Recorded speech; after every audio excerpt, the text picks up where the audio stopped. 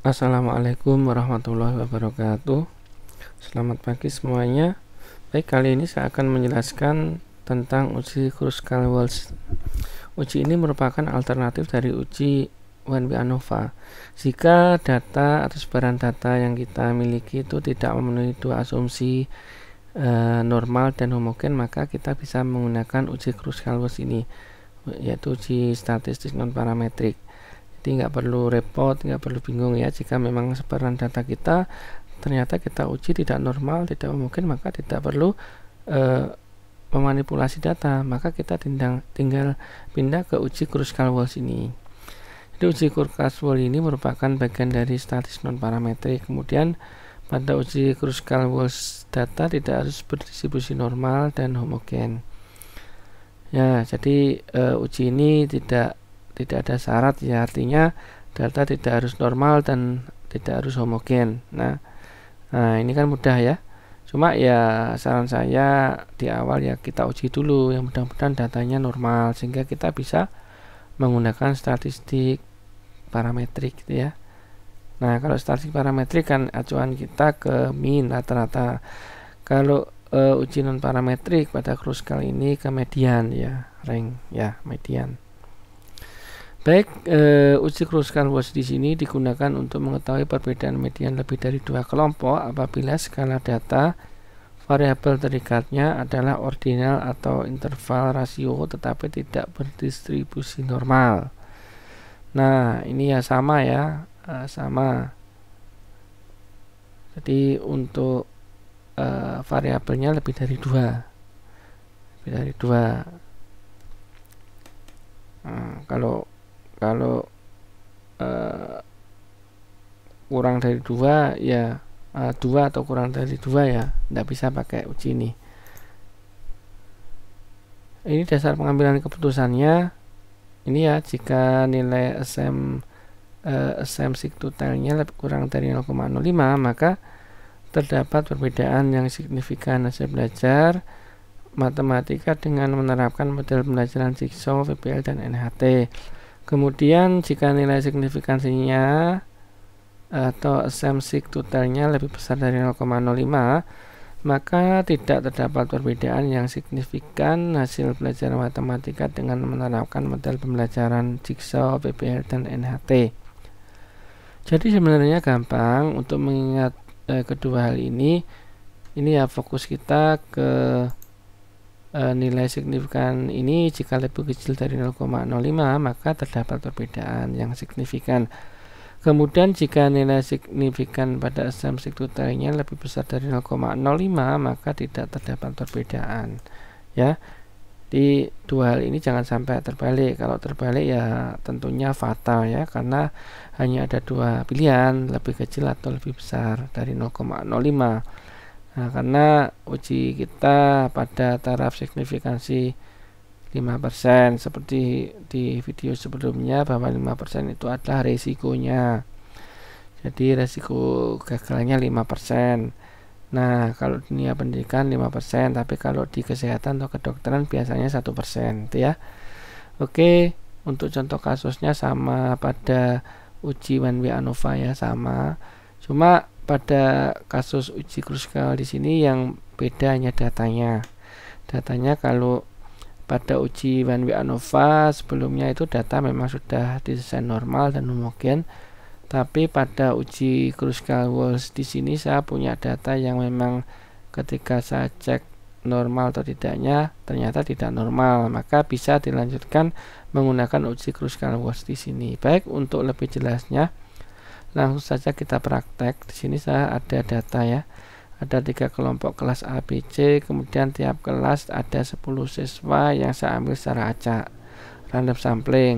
Nah, jadi kalau ada 30 yang buat 10 nomor diacak, diambil membuat 30 ya, membuat 30 nomor dan diambil 10 nomor secara acak. Kemudian yang terpilih itu bisa dijadikan responden atau subjek penelitian, sehingga secara keseluruhan siswa memiliki kesempatan sama untuk mengikuti tes ya, tes uji coba penerapan model pembelajaran ya. Oke, ini langsung saja saya copy. Ini jigsaw, ini kelas IT kelompok 1. Langsung ya Ctrl V. Saya kira untuk teknis copy paste nya di pertemuan sebelumnya sudah saya bahas. Saya kira tidak ada masalah, sehingga di sini agak saya percepat ya untuk copy paste nya supaya tidak memakan waktu lama untuk durasi videonya ya, maksud saya. Kemudian yang kelompok C saya copy, masukkan di sini di kelompok 3.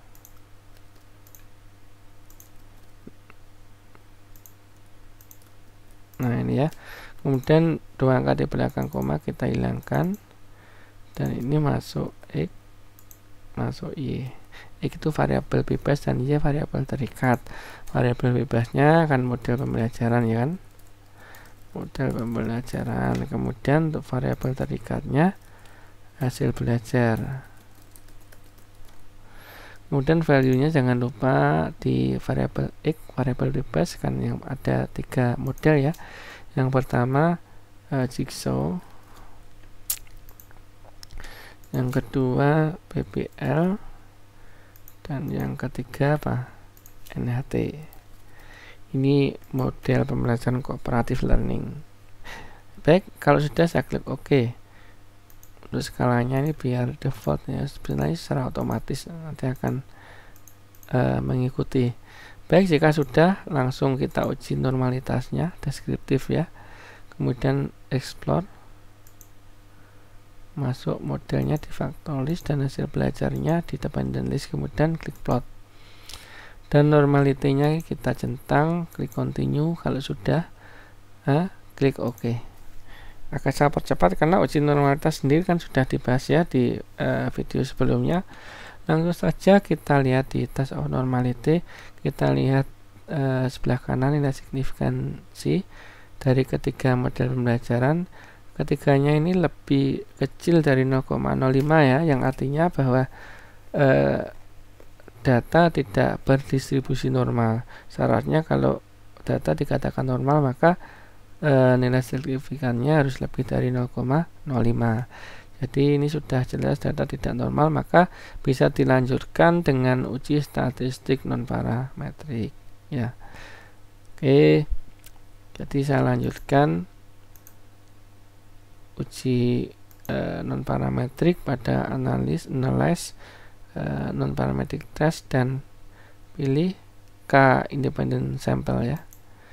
Nah ini untuk modelnya, masuk grup di sini. Untuk hasil belajarnya variabel list.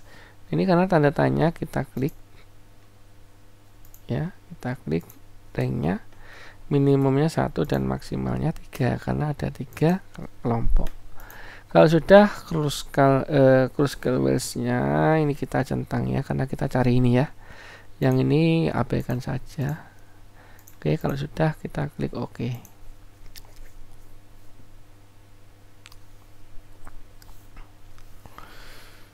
Nah ini kan sudah ya hasil output SPSS-nya untuk uji Kruskal-Walsh. Di sini terlihat ya, terlihat bahwa untuk nilai tes statistiknya pada asumsinya 0,577 yang artinya lebih besar dari 0,05. Coba kita lihat dasar pengambilan keputusannya. Jika lebih besar dari 0,05 maka tidak terdapat perbedaan. Nah, sehingga ini kan lebih besar dari 0,05. Jadi secara signifikan tidak ada perbedaan hasil belajar antara model jigsaw, PBL dan NHT. Ini ya. Ini dilihat dari ranknya ya. Jadi selisihnya tidak banyak nih. Kalau menggunakan one way ANOVA itu melihat dari minnya atau rata-rata. Kalau pada Kruskal-Walsh di sini ringnya ya, rankingnya gitu ya. Oke, saya kira sudah cukup ya, karena saya hanya menyarankan pakai ini saja karena pakai SPSS ya. Tapi kalau mau pakai Kruskal-Walsh-nya sendiri juga bisa ya. Saya kira cukup sekian dari saya, kurang lebihnya mohon maaf. Assalamualaikum warahmatullahi wabarakatuh.